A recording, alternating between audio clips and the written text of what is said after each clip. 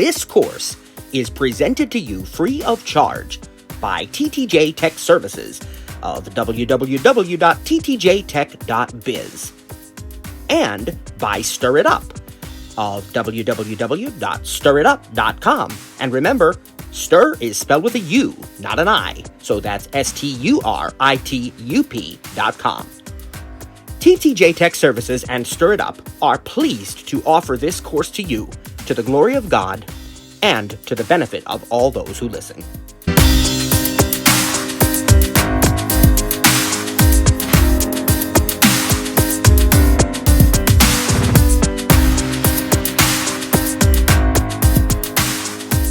Well, praise God, and welcome to our session. We are going to be talking about the HomePod. As you know, the HomePod is Apple's smart speaker. And I will waste no time in saying that I believe it's the best smart speaker out there. I think that its sound quality is just superior to any consumer speaker out on the market, to any other one, including Sonos and Bose and other things like that. I think it's the best around. And it's especially good if you pair two HomePods together in what's known as a stereo pair. Now, I also would remind you that Apple does have the HomePod Mini. Lots and lots of rumors circulating about what is going to happen with the HomePod lineup, right? There are analysts saying that there's going to be a new HomePod Mini coming out soon. There are analysts saying there's going to be a new HomePod. Some are saying it will have a display. Some are saying it will be more of a full, what they're calling a hub or command center. And they're kind of comparing it to the Echo Show or the Google Nest Hub. And so that is, that remains to be seen because Apple does not discuss unannounced things. So what we are going by today is strictly based on what is available right now. And it's still a fantastic offering. The HomePod, of course, uses Siri at the center of its controls. That's how you're going to interact with this HomePod or HomePod Mini most of the time. We're going to talk about the kinds of things we can do today with the device and how to do some of them. All right, so let's first talk about, we really don't need to get much into the differences between HomePod and HomePod Mini. I mean, obviously size is one of the main considerations, and that's going to affect sound quality and, those kinds of things. But they are both plug-in devices. Neither one is portable. Neither one's battery operated or anything like that. And they both must be used on a Wi-Fi network. If you do want something portable that can be taken anywhere, that is battery operated, that doesn't require Wi-Fi, we recommend the Beats Pill. Now, that is still an Apple product because Apple owns Beats. And Trainer Cliff and I both think that the audio quality of the Beats Pill is just absolutely phenomenal. It also truly is one of the best speakers you can get. And in many ways, we actually prefer the audio quality of the Beats Pill over the mini HomePod. Now, the full-size HomePods, there's no comparison. And honestly, even the minis sound really, really good. But we just like the richness, the depth, the bass quality of the Beats Pill, which is a bit more so than what you find in the HomePod Mini because of its small size. There are some limitations of the Beats Pill. It can't be used as a home hub, and you can't interact directly using your voice with it and that kind of thing. But it is meant to be a go-anywhere sort of speaker. It's dust resistant, splash resistant. It comes with like a lanyard, and it has, I don't know whether it's what it is now, 10-hour, 6-hour battery. I'm not even sure. But you take it out to the park, take it to the beach, out by the pool, and it is a great device. It's Bluetooth, but when you pair it with one Apple device, it is automatically paired with all of your Apple devices thanks to iCloud. It has Find My integration in it. You can make it play a sound, to find where it is. And really, it is just a great portable speaker. And again, you can even put two of those together for stereo pair as well. So if you are looking for something portable, that's the route that you're going to want to go. And we both highly recommend it. Now, back to the HomePods. The As I said, we're not going to spend time about the differences between the full size and the mini. Everything we teach in today's session is applicable to both models. Okay, so the first thing I want to go over with you is just kind of the requirements for your other Apple devices in order to make sure that you can set up and use the HomePod successfully. As with anything, you're always going to want to make sure that you are on the latest version of iOS and iPad OS. You're going to want to be current on that. Now, you're going to want to have two-factor authentication enabled for your Apple account. Can't stress that enough. That's really important. Two-factor authentication, things will not work properly if you don't have that set up. And you're also going to want to, of course, have Bluetooth and Wi-Fi turned on. Make sure you're signed into your Apple account, of course, iCloud and so on. And then to set this up, you're going to use your iPhone, or I suppose you could use an iPad. I've always done it with an iPhone. And actually, you're going to want to make sure, just like when you do the automatic setup with the Apple TV, you're going to want to make sure that the iPhone you're using to set up your HomePod is already on the correct Wi-Fi network and signed into the correct Apple account. At this point in time, the setup could not be easier. But there's one more thing that I want to just point out to you. The Apple HomePod, like the Apple TV, is considered a home device. And especially the HomePod is considered a smart speaker. Being in your home, it's going to need to have a room assignment, especially if you start getting multiple HomePods, right? Is this one in the kitchen? Is it in the living room, the bedroom? Where do you have this located? So before you set up your HomePod, I recommend that you start setting up the Apple Home app to the extent that you can. And you can create rooms in the Home app so that you then can easily designate which room your HomePods are going to be in. Of course, we don't have to remind you, but we will anyway, of how important it is to make sure that your HomePods are within decent range of Wi-Fi. And one of the nice things that the HomePods offers, just like the Apple TV, they offer Thread. And that means that you can use multiple HomePods together throughout the house to create a sort of mesh network for your smart home devices. Because one of the things that the HomePod will do, we'll talk more about this later, is it acts as a home hub, meaning that it allows you to use it for automations and things of that nature. And there's nothing you have to do to configure that. It just by default, it will do that. All right, so how do we set one of these things up? The process, as I said, could not be easier. It is so simple. All you do is plug in your new HomePod. Wait about, I'd say, roughly 30 seconds, but you'll know because you'll hear a sound. It plays a sound when it's ready to be set up.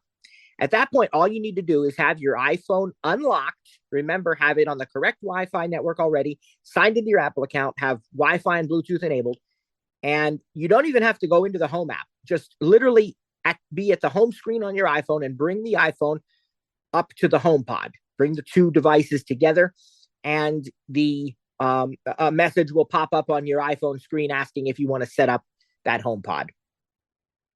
Now, once you start the process, it's going to ask you to pair the two devices together so that you're basically confirming that you can do this. And the way they ask you to do that is to position the iPhone camera over the HomePod. So it's literally like the HomePod is a round device. The top of it is a smooth surface, and you're literally holding like the back of your phone up close to that smooth surface, and you pull it away slightly as if you were scanning a code kind of thing. And it will work very well with VoiceOver. I've done that successfully quite a number of times. Now, if you find that it's too tricky for any one of a number of reasons, maybe the HomePod is, up on a shelf somewhere, you don't want to have to climb back up there, you can also choose to authenticate manually. And when you authenticate manually, what's going to happen is the HomePod will actually speak a 6-digit code. I think it's 6, maybe it was 4 digits, but it's one or the other. And you'll have to enter that code on your iPhone. So it works either way. Now, once you do this, you are asked a couple of questions.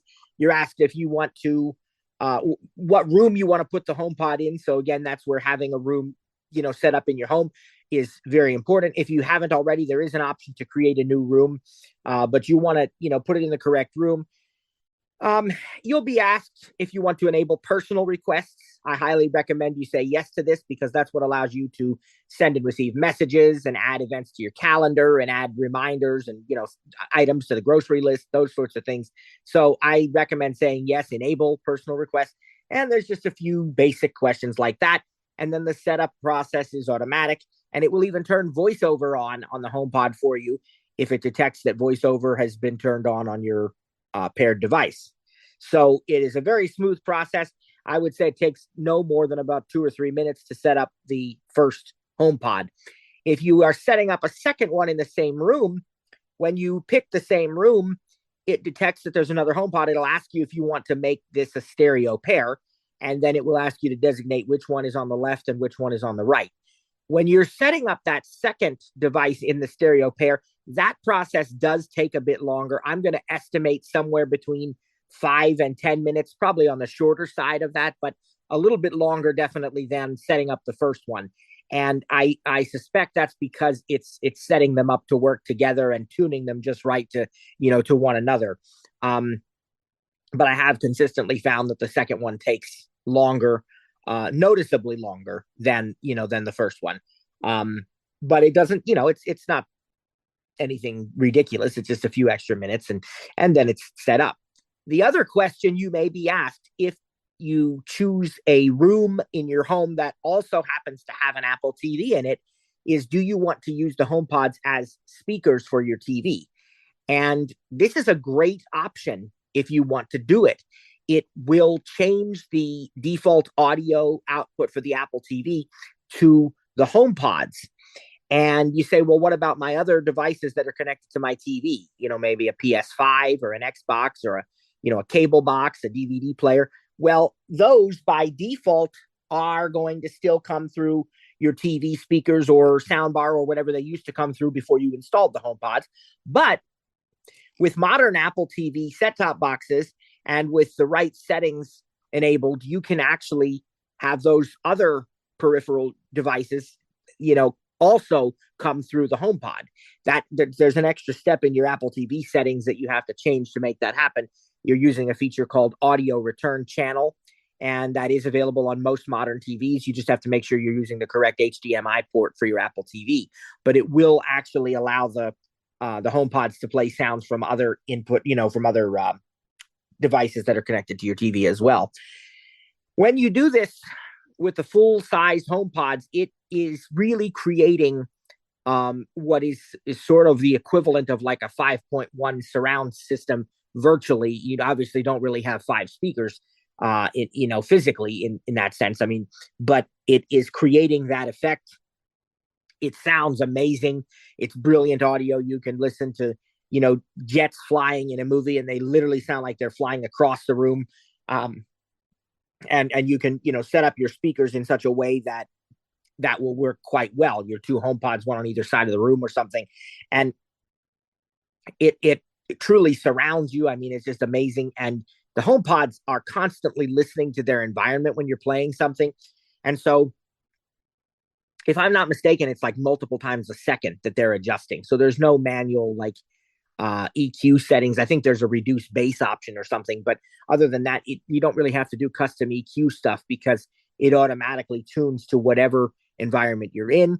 If you move the HomePod, like let's say it was previously sitting on the floor and now you put it up on a shelf or something, it will even detect that and it will adjust the sound accordingly. So you're always going to get the best possible sound from your HomePods, whether you're listening to music, watching TV or podcast or otherwise. If you choose not to use the HomePods as your default speaker, and there might be some reasons that you would make this choice. Maybe you really like the sound bar that's connected to your TV, and maybe you don't want voiceover coming through the HomePods, right? You want that to come through the television. So if you do that, you can always still use the HomePods for your Apple TV by using AirPlay. And we talked about that if you took our Apple TV course last week and the week before. So then you just change the playback destination and control center on your Apple TV. And consequently, you can actually have your sound bar and your HomePods playing the sound from your TV, and possibly have an even more immersive effect and experience.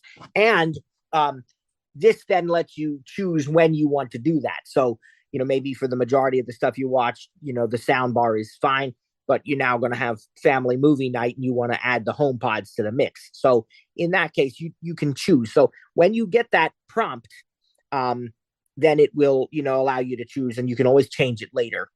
And if you set up the HomePods first and then set up a new Apple TV later, you'll be asked on the Apple TV whether you want to use the HomePods as speakers. So either way, you'll always have the option.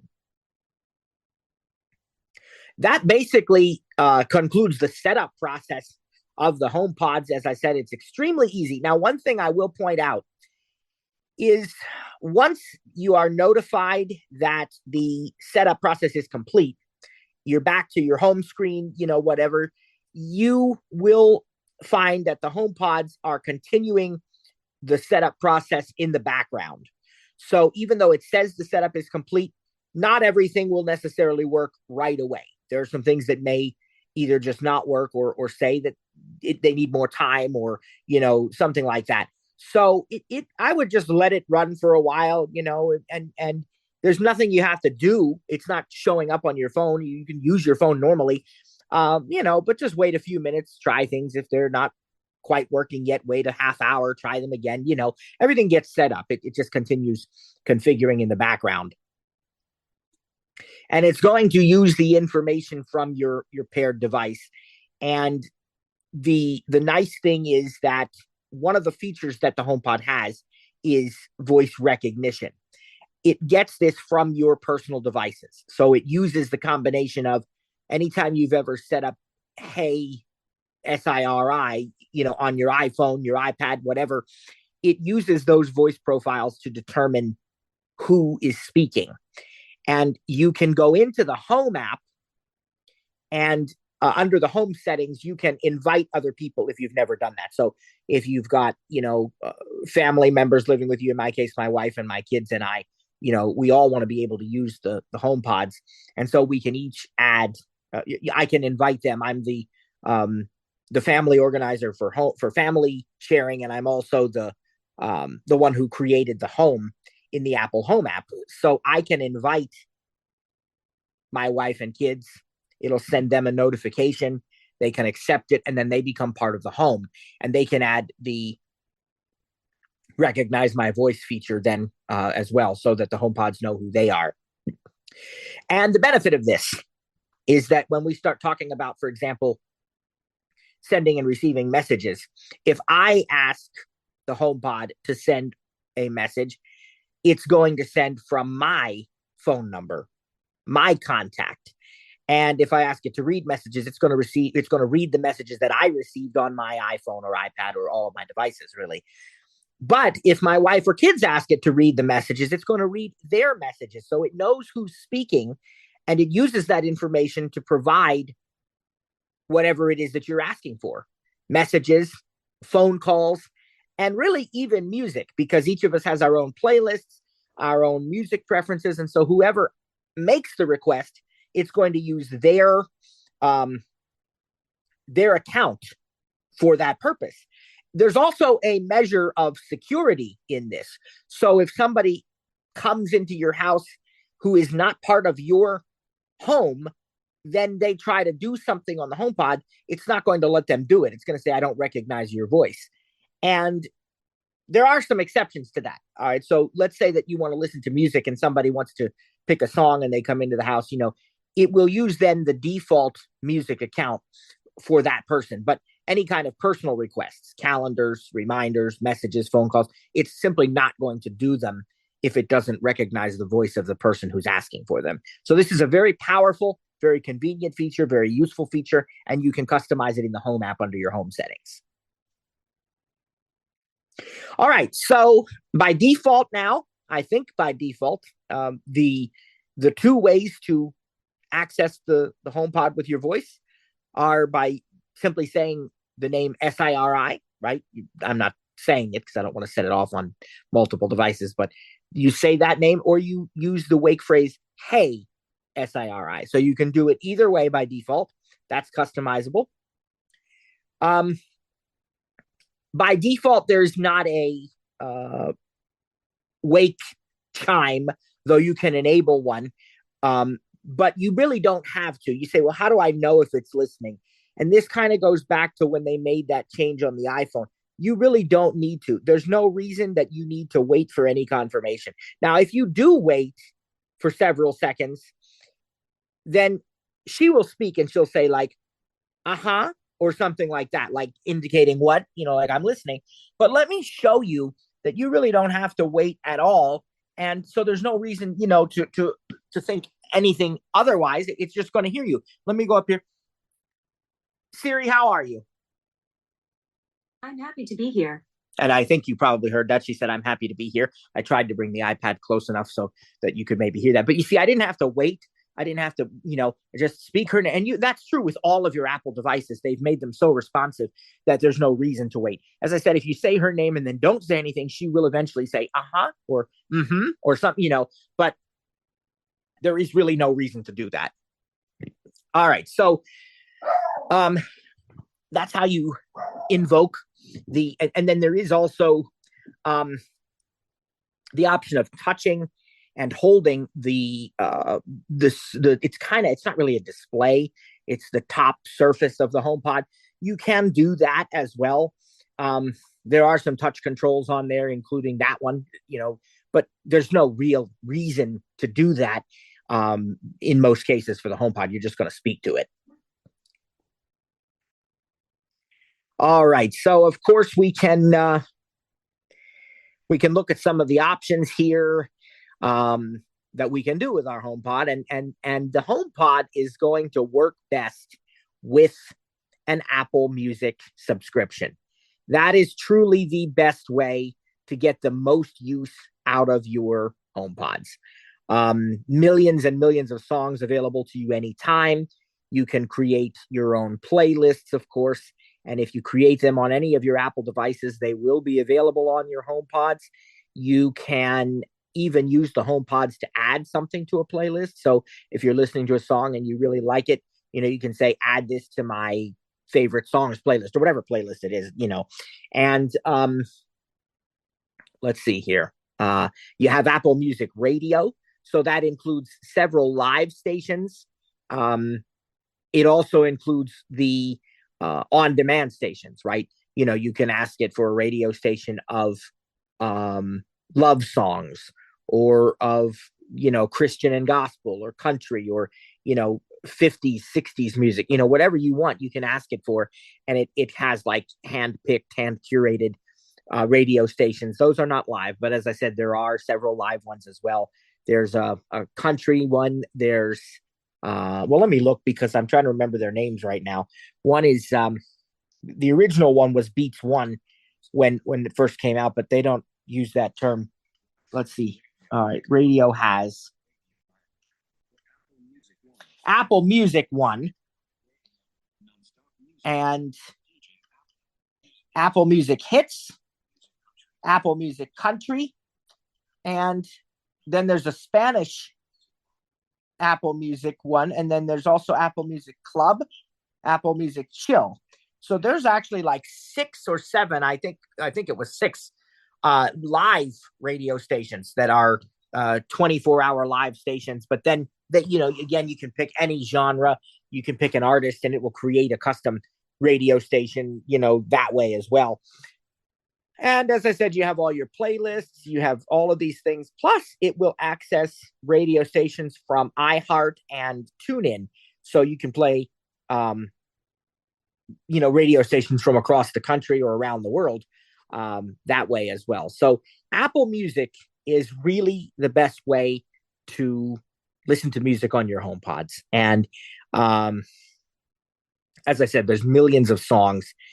I believe now, I don't hold me to this because I haven't actually done it, but I know there was a time when they were offering a voice only plan that was a little less expensive than the regular. I don't, if you have an Apple One bundle or something, you've already got Apple Music. But some people may want a little less monthly price, and they had Apple Music Voice that was designed kind of exclusively for the HomePods. I guess you could use it on the other devices with your voice, but you didn't really have much access within the actual music app itself.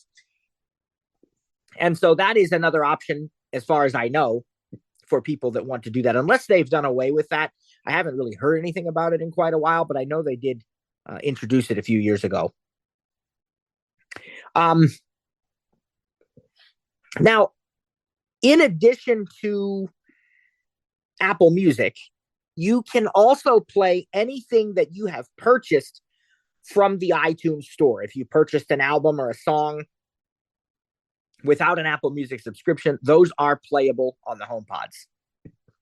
The other thing you can do with the HomePods is, if you don't have Apple Music, but you have iTunes Match, you can play anything that's in your iCloud music library that way.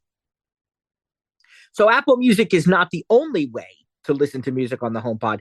It is, in my opinion, the best way. But if you have anything purchased, or if you have iTunes Match, you can also access your music from those features. Now, what about third-party music services? And there are several that do work with the HomePods already. So you can use Pandora. You can use SiriusXM. I think you can use Amazon Music. There's several that will work just fine with the HomePods. Now, the way that these work is you have to have the apps for those features, for those services, installed on your paired iPhone. So, for example, I have the SiriusXM app. So I can go up to my HomePod and I can say, play the message on SiriusXM. And it should do that. And it's going to tell me that it's going to use my iPhone to do it, but it will play it for me.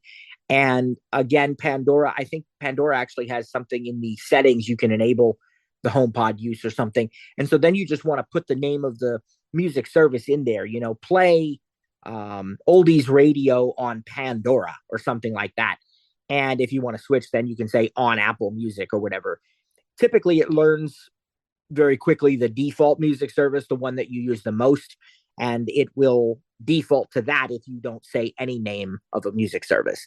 But there are several that do work right out of the box with the HomePod. And then anything else that isn't directly supported like that, you can still play it using AirPlay, because the HomePods are AirPlay 2 enabled devices. That means that from the control center on any Apple device, you can choose the HomePods as speakers, the playback destination. And so therefore you can really listen to any audio that you can play on your iPhone or iPad or Mac, or even, of course, the Apple TV. And you can listen to that on the HomePods. And let's see here. What's more, the AirPlay feature is multi-room. So you can use your iPhone, your iPad, Apple TV, whatever, to play audio on multiple HomePods throughout the house. All right, so that's a bit about music. While music is playing, again, you can say things like skip this song, repeat. You can say shuffle a certain playlist. We use this a lot, when we're doing things like spring cleaning. We'll put on a playlist that we use for like going to the beach and other road trips and so on. Christmas time, we use a Christmas playlist quite a bit.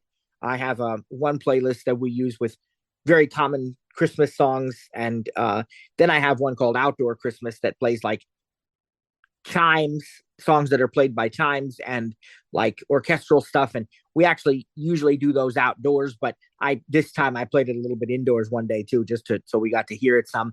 And so, you just whatever you want to do, any playlist you make on your iPhone. But again, it doesn't have to be a playlist. You can say, play songs by, and say the name of an artist. I want to listen to songs by Neil Diamond, and it'll play those for you. Just or play the album, whatever you can say an album name. You can ask musicology kinds of questions about stuff that is playing.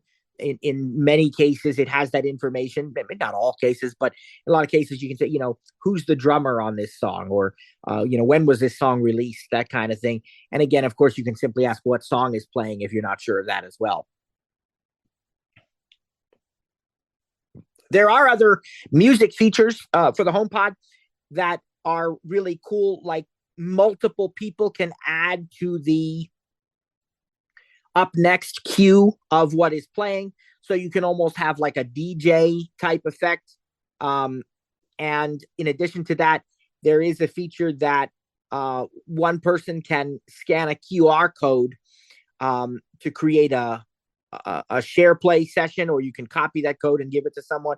And this allows you to even create like a remote share play kind of thing. So multiple people are involved in not only listening to the music, but picking the songs that are being played. And again, this is really cool. So that's the music aspect of this. And that really is, the standout feature, because the audio quality is just phenomenal on these HomePods, especially the full-size HomePods. But there's so much more that we can do with our HomePods than just music. And so I've kind of tried to prioritize these, I guess, in an order that makes sense based upon what we commonly do with our devices. And one of the things I think people are most eager to do with their smart speakers is to just be able to get general knowledge, to be able to ask, how many cups are in a gallon, to be able to, set a timer, all these kinds of things. And the HomePods do very, very well with these. Now, at times SIRI has gotten a bad rep, right? And has been viewed as inferior to other smart assistants. So I don't agree with that. I don't agree with that finding. All right. I'm not saying that to try to be argumentative or controversial. I just don't agree with those. I use SIRI every day, and I think it's excellent. There are some things that other devices were able to do before Siri was able to do them, but that was mostly because of, or pretty much entirely because of, Apple's dedication to privacy and security. They were not willing to do things that could potentially be a weak link in the security and privacy infrastructure that they have created. And so they had to come up with some unique ways of doing things. We have that with shortcuts. We are going to get that with app intents pretty soon, probably in iOS 18.4, if based on what we're hearing. But basically, I don't really ever find anything that I want SIRI to do that she's unable to do. I think she's a very solid offering. Now, is she perfect? Well, are humans perfect? Of course we're not. Jesus is the only one who's ever been perfect. And, praise God, we're made perfect in him, but we're works in progress. And that's no different than the developers of Apple. And therefore, SIRI is not perfect, right? None of the other ones is perfect either, right? And we just recently saw where somebody did a test about who won different Super Bowls, and SIRI didn't do too well. She botched a bunch of them. Okay, so these things can happen, right? They're all, and as I've said before, we're always going to need, rather, the AI is always going to need us more than we'll ever need it, right? And that's just another example of it. So these, that can happen. Absolutely. Nobody's claiming it's perfect, but I think it's phenomenal. I think it's fantastic. And typically it does a great job. And it always seems to do what I need it to do. And I think for most people, that's probably the case, unless you're really trying to come up with something to stump it. I'm sure you can. And the one difference between the HomePod SIRI and a lot of your other devices now is that modern devices, iPhone, iPad, and so forth, have Apple Intelligence, which takes the capabilities of SIRI to new levels, right? Lots more smarts. And if it doesn't know the answer, it'll ask Chat GPT.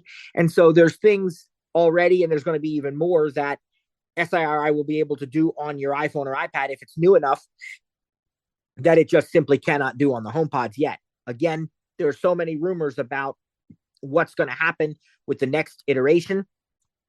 One of the most widely accepted rumors is the command center one that I told you about. That's going to be like a HomePod with a display, and that supposedly will gain Apple Intelligence. So any of those gaps then ought to be filled in by that. And as Apple Intelligence continues to improve, so will SIRI with Apple Intelligence. So those are just some things to keep in mind. But really and truly, all of the stuff that the average person is going to want to be able to do on a day-to-day basis and more can be done with SIRI. So let me give you a few examples. I mentioned timers. Very useful, right? To be able to be, in the kitchen and set a timer. Well, the HomePod supports that, and it supports multiple timers at once, and you can name your timers. So if you're going to do multiple ones, I highly recommend, naming them. Set a chicken timer, set a baked potato timer, set a laundry timer, whatever you need to do, you can just add the word in there to name that timer. And whenever the timer sounds, it will announce what timer it is as well. So that's very useful. Multiple timers. Of course, you can have multiple alarms. So you can have this thing wake you up in the morning. And again, just the common phrasing, you can say anything from wake me up at such and such a time, or you can say set an alarm for, whatever you want to do. And that just works really, really well. You can actually also manage your alarms and timers on the HomePod from within the Home app as well. So that's nice to know. And one of my favorite things about this is the fact that the devices are linked together and they recognize each other. So, for example, if I have, let's say I've set an alarm and I set that alarm on my HomePod that happens to be in the living room. Well, maybe I got up a couple minutes before the alarm and I went ahead out to the kitchen and I started making breakfast. Well, the alarm now rings because I didn't cancel it. So now the alarm rings in the living room. I'm in the kitchen and I speak and I say, stop the alarm, or, just SIRI, stop, right? Or whatever. If my kitchen HomePod hears me, it's going to say, stop the alarm in the living room. And I can say yes. So this works with timers. It works with alarms. And it even goes beyond just the HomePods. It works with the iPhone. I can use the iPhone with SIRI to stop a HomePod alarm or timer. I can use a HomePod to stop my iPhone's alarm or timer. So everything recognizes each other. It's that same beautiful system of integration and continuity that we see everywhere else in all of Apple's products. It's really amazing. It's really a blessing from God, and it's just awesome. And it works so well, praise God. And it really makes things so easy because you don't even have to be in the same room. So those are alarms and timers. Now, one of the things that I sometimes like to do in the morning when I'm having my coffee or whatever is I like to ask the HomePod, what's my update? And what that's going to do is it's going to tell you the current weather and the forecast for the day. It's going to tell you what calendar and reminders you have for the day. And then it's going to play the latest news. Now, if you don't want to hear the calendar and reminders and stuff, and you just want to hear the news, you can say, play the news. With play the news, it's going to default to one of the services, but you can tell it to switch to another one. And I think it has NPR. I think it has Washington Post. I think maybe CNN, maybe Fox News. I don't remember all of them. There's probably 4 or 5 that support that general play the news kind of feature. And they're usually very, very quick, briefings. It's just to get like the top stories. And then if you want something else, like you can say play Apple News Today, right? That's the podcast that you get. That's a little bit longer. That's maybe 9 or 10 minutes. Whereas the typical one is, 2 or 3 at most. And it's usually even probably a little bit shorter than that. Well, that's probably about right, 2 or 3. But so you can get, a quick news briefing, top stories kind of update anytime you want throughout the day. Of course, you can ask about the weather, not only here, but in other places, temperature, wind, precipitation, all kinds of questions that you would expect. And you can also use world clock features. What time is it in Paris? What time is it in, in London, and in Honolulu, Hawaii, whatever. You can ask all sorts of questions of that nature. Besides the weather and the world clock, you can ask about business information, and it can even do like you can ask it like, I'm looking for a pizza place near me. It'll find those, and you can call those places right on your HomePod. You can use your HomePod as a phone. We'll talk more about that in a minute, but you can have it call, a pizza place or something. You can also have it send directions to your phone. And let's say, you're getting in the car and you're going to use CarPlay. Well, you can have the HomePod send directions directly to your phone so that when you connect, you're ready to go. It has those directions up and running for you. Now, let's talk about the phone feature a little bit more since I just brought that up. You can tell SIRI on the HomePod to call or FaceTime audio with anyone in your contacts or with a phone number. When you're finished, you can say, SIRI, hang up, right?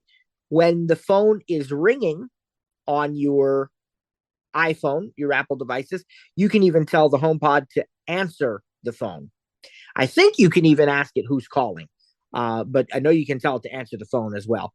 And so you can easily make and receive calls on your HomePod. And if you happen to already be talking on your iPhone, if you go to the audio section where you pick like the speaker phone and so on, you can actually change the audio destination to your HomePods while you're in the middle of a call. So that's another convenient way. If you didn't actually answer the call or make the call on your HomePod, you can still switch to it later. And speaking of switching to the HomePod and so on, there's another really cool continuity feature. I already mentioned AirPlay. You can do that anytime. But also, you can bring the HomePod and the phone together. And I did this recently.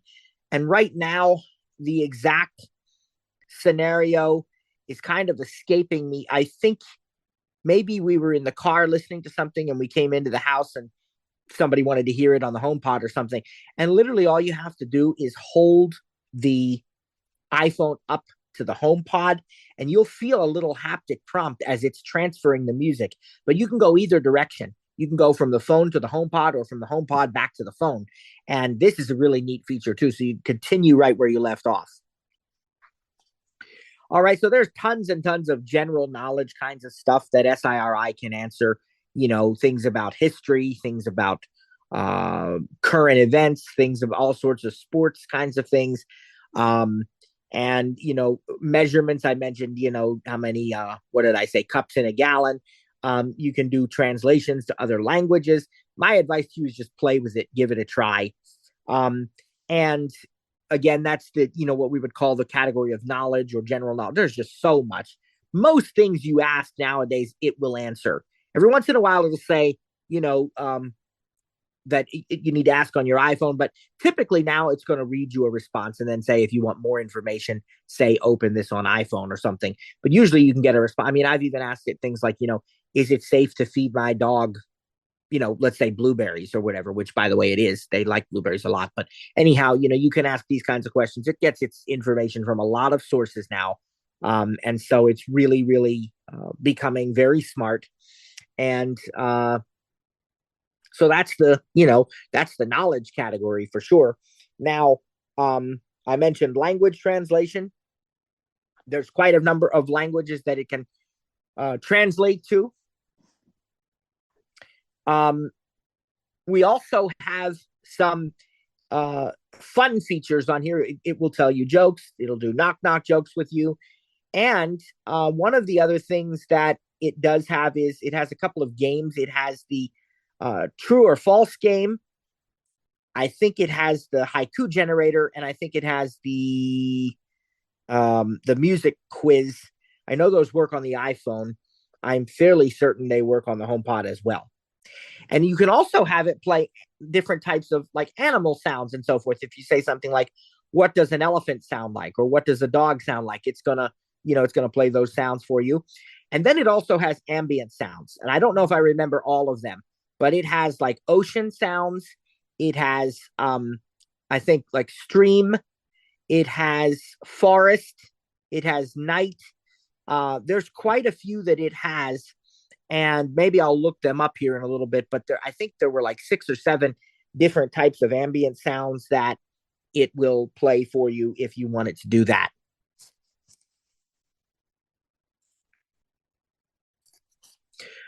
All right, so another area I've already sort of talked about using the HomePods with your Apple TV. That's a very powerful area that I just want to come back to for a second because they sound so good with it, and so I don't want to shortchange that.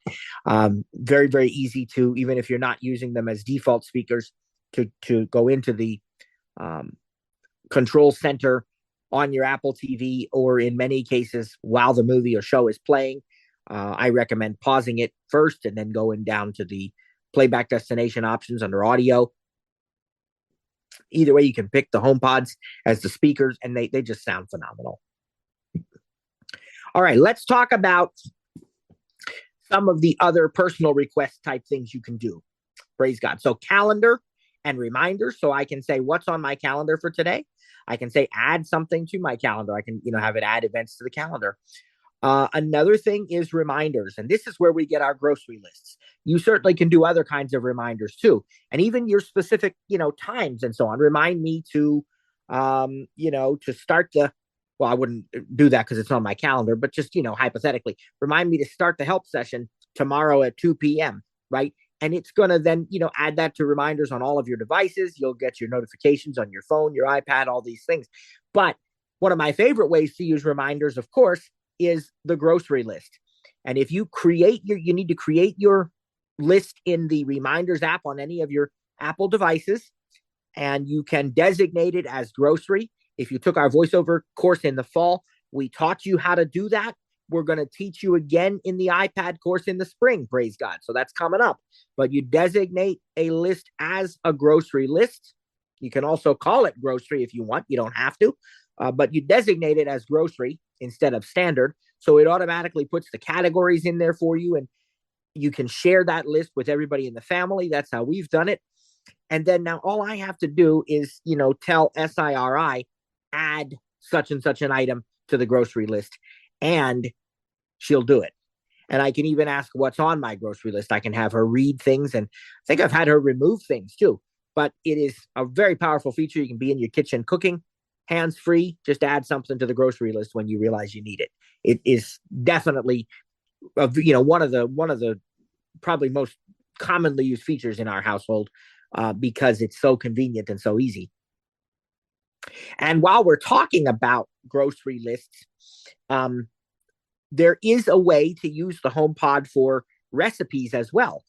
I know that's something that Amazon Echo devices do quite well, and that Google Nest devices, I think, still do it. They removed a lot of features from Google Nest, but I think you can still get at least recipes on the web on your Nest hubs and so forth. And Amazon, I think, has a place where you can save recipes and everything. So that really shines on there. And I used to think, boy, it'd be nice if the HomePods could do this, and they can, praise God. And that goes back to that app I talked to you about in previous sessions called Ombre, but we pronounce it Amber because that's how SIRI pronounces it, and we have to pronounce it that way to use it. But it's spelled AMBRE.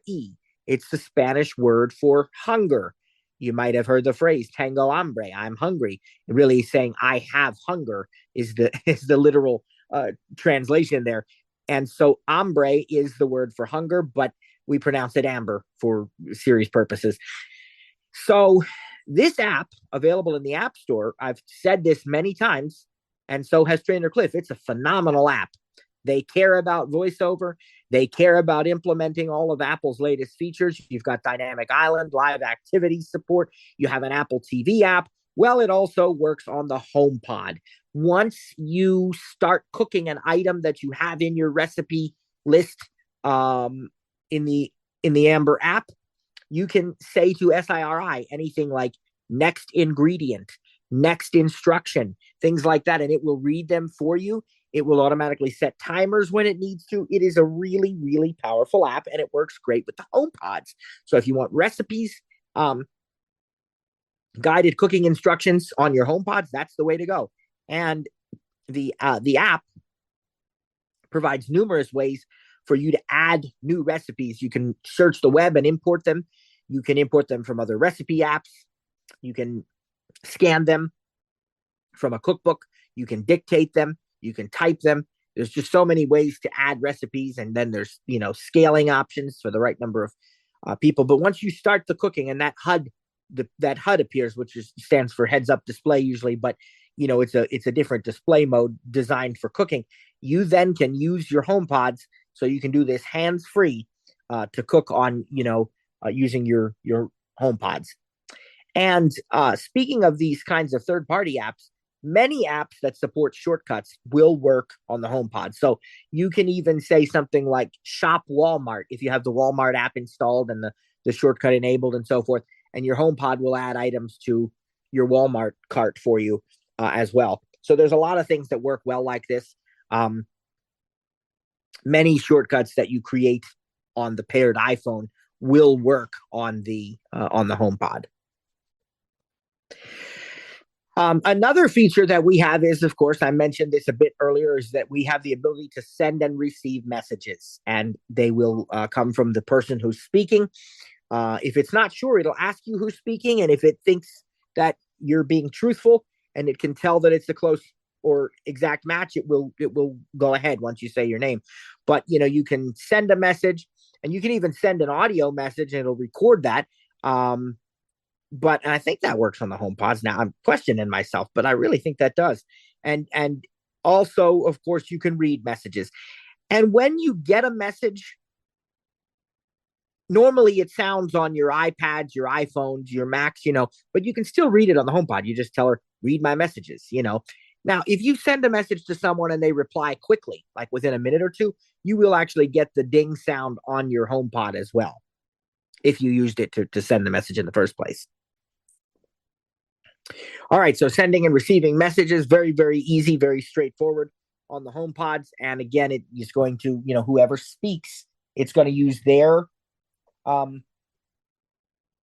default sending information. If you have your phone number as the default from address, then that's what it's going to use. No one even knows the difference when they receive it, of whether it came from your iPhone, your HomePod, whatever. It doesn't make any difference. All right, so we've talked about messages. One of the things that we may want to use the HomePods for is control of smart home devices. Turn on the lights, switch the thermostat to cool mode or to heat mode, adjust the temperature, turn on the coffee maker. I've got a smart plug that we use, with that, lock the door, open the garage door, these kinds of things. And they all work quite well, assuming you have HomeKit enabled accessories already set up. So again, the HomePods act as home hubs, and those are necessary when you want to do automations and when you want to access many of your devices away from home. And as I mentioned to you, there's nothing to configure. They automatically work as home hubs, and the devices automatically select the most relevant home hub at the time. And the nice part is they kind of relay the signal back and forth. That's a mesh network. So you can really get your whole home covered in home hubs by having a few Apple TVs, a few HomePods or HomePod mini devices. Now, I believe they've added a way that you can designate a specific device as a home hub. And as I mentioned, I think last week, the only time I really would see a need to do this is if you have certain home kit accessories that don't have Wi-Fi already built into them. Like door locks, for example, you'll find seldom have Wi-Fi, or if they do, it's typically not used for the door lock and unlock part. It's maybe only used to receive firmware updates or something.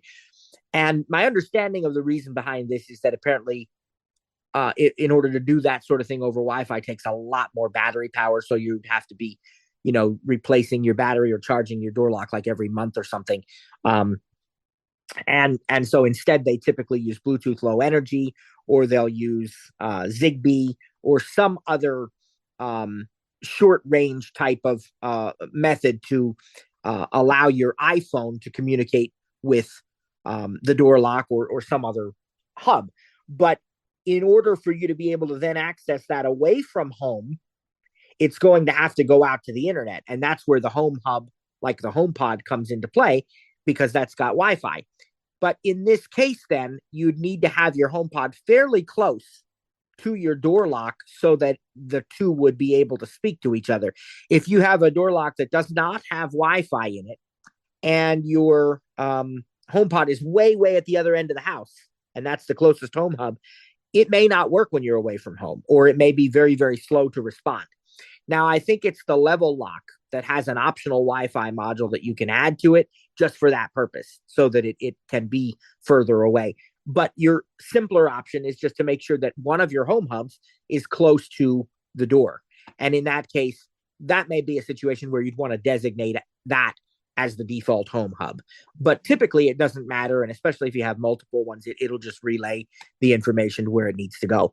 And also understand that's not an issue with devices like thermostats or anything else where there's built-in Wi-Fi, those kinds of things, because thermostats can be controlled directly from their own app too. You have online accounts and that sort of thing. So it's, it's still important to have and use the home hubs, but the proximity doesn't matter nearly as much.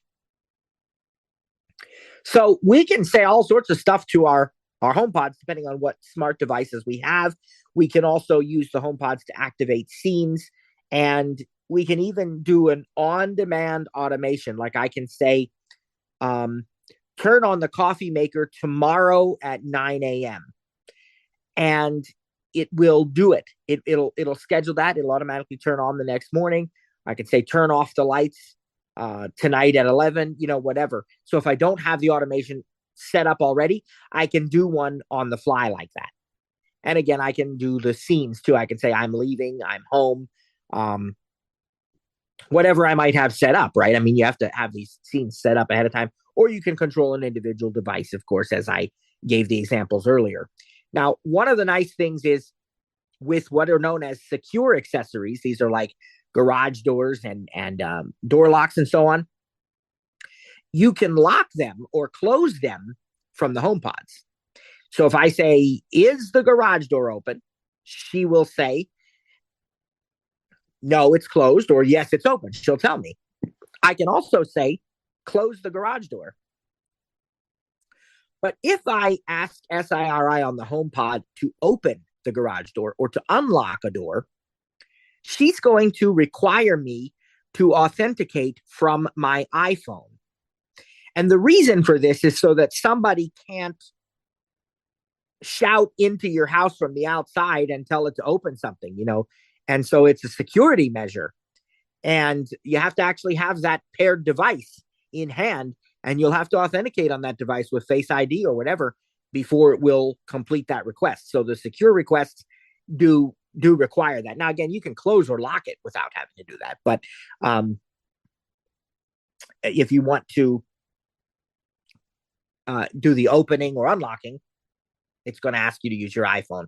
I think that's really cool. So lots of home automation, smart home stuff here with the HomePods. And, these, as you can see, they're fantastic devices. Another feature that we have, speaking of smart home, is if you have a HomeKit enabled doorbell, the HomePods can be set to chime when someone's at the front door. And if you use HomeKit Secure Video, which is available on many HomeKit doorbells like the Logitech Circle View and others, if the doorbell can recognize the person, if you have people identified, then it will actually tell you who is at the front door or whatever door you have set up. You can create really cool automations with the HomePods too, where they will play a certain sound or music when a person walks in or leaves or, turns on something or opens it. You can even have it set up to like chime when a door is open or something. Now, of course, these this requires the right accessories, right? But it is something that you can do as well. Another feature that the HomePods support is the intercom feature. You can speak to a HomePod and you can say something like SIRI intercom, and then it'll make a little sound and you can speak your message and it will play it on all the HomePods in the house. You can tell it only certain rooms to play on, and it can even play on the iPhone, iPad of the person, the paired devices. So if you have made an announcement, it will also come to your devices. If you're not home, you can listen to it away from home on your iPhone or iPad, AirPods, and even in the car with CarPlay. There's also some security features built into the HomePods.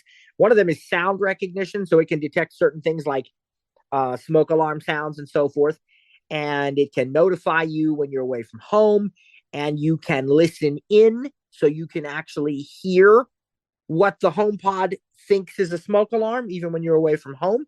And the HomePod will announce that someone's about to listen in, so it even lets you know that. If it happens to be in the same room as a HomeKit camera, you'll see an image there too. So this is a nice security feature. You have this sound recognition. Another thing that the HomePods have built in is temperature and humidity sensors. So simply by having a HomePod or a HomePod Mini in a particular room, you can now get a reading of the temperature and the humidity in that particular room. And that can even be used in automations as well. When the temperature in this room climbs above a certain point, turn on the fan or something like that. So all of this stuff is doable, and that doesn't require any additional accessories. Well, it would for the fan, but I mean detecting and reporting the temperature and the humidity. That is a built-in feature of every HomePod second generation and every HomePod Mini as well.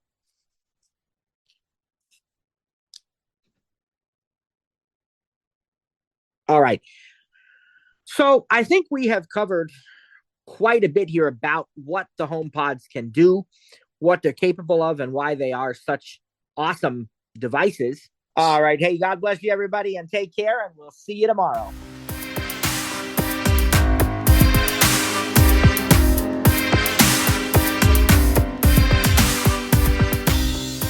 Thanks for joining today's session. Didn't get your question answered? Have an additional comment or feedback? Email us info@ttjtech.biz or info@stiritup.com. And remember, stir is spelled with a U. That's STURITUP.com.